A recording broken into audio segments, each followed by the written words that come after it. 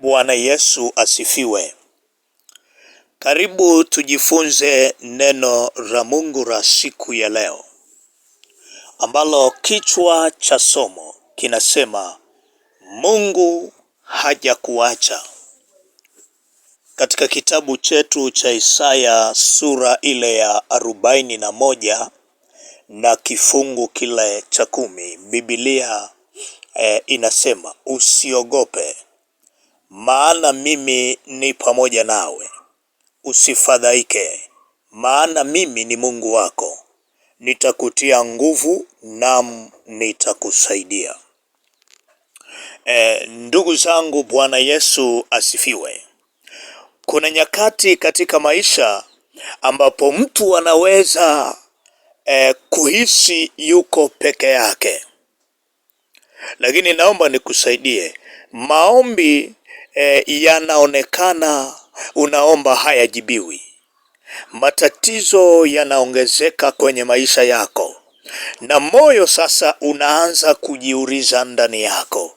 Je, inawezekana Mungu amenisahau? Au Mungu hanikumbuki?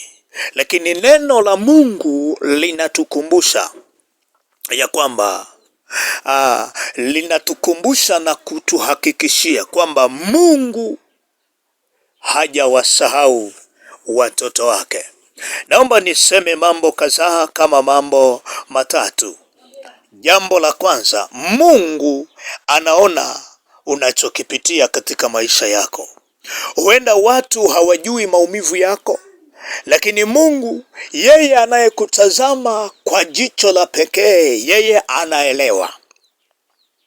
Sikiliza, alimwona Hagai jangwani akamsaidia. Lakini pia alimwona Yusufu gerezani akamwinua.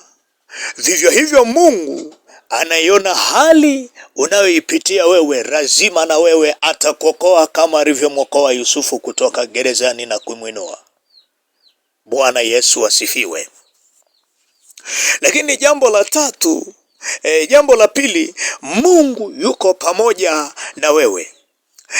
Kwenye yale maneno unaona anasema mimi niko pamoja na wewe. Uwe na furaha au unapitia majaribu, lakini uwe na fedha au usiwe na fedha, Mungu habadiliki. Uwepo wake hauondoki kwa sababu ya hali unayoipitia wewe. Uwepo wake upo nyakati zote na wakati wote. Lakini jambo la tatu, Mungu atakutia nguvu. Wakati mwingine Mungu haondoi tatizo mara moja, lakini anatupatia nguvu za kuvuka kwenye hilo tatizo. Yeye anasema nitakutia nguvu, nitakusaidia. Kwa hiyo usikate tamaa na usipoteze tumaini.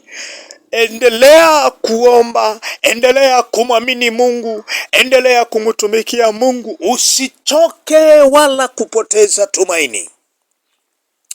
Ndugu yangu unayenisikiliza leo, kama leo moyo wako umechoka, kumbuka jambo hili: Mungu hajakusahau. Anajua jina lako na analielewa kuliko unavyolielewa. Anajua mahitaji yako kuliko watu wanavyoelewa. Na kwa wakati wake anafanya njia pale ambapo huoni njia, huoni tumaini, huoni mlango wa kutokea. Lakini naomba nikuombee leo maombi haya. Baba, katika jina la Yesu, asante kwa neno lako hili. Watie nguvu waliochoka na kukata tamaa. Wafariji wote waliovunjika na mioyo yao kukahari ambayo sio ya tumaini. Wajaze imani ya kuendelea kukutumaini na kuwapa furaha katika nyakati ambazo wanaona hawapati furaha. Katika jina la Yesu Kristo wa Nazareti aliye hai, Mungu watie nguvu na Mungu wasaidie, ili na wao wakutumikie katika furaha na nyakati za tumaini, katika jina la Yesu Kristo, Bwana na Mwokozi wetu. Amen.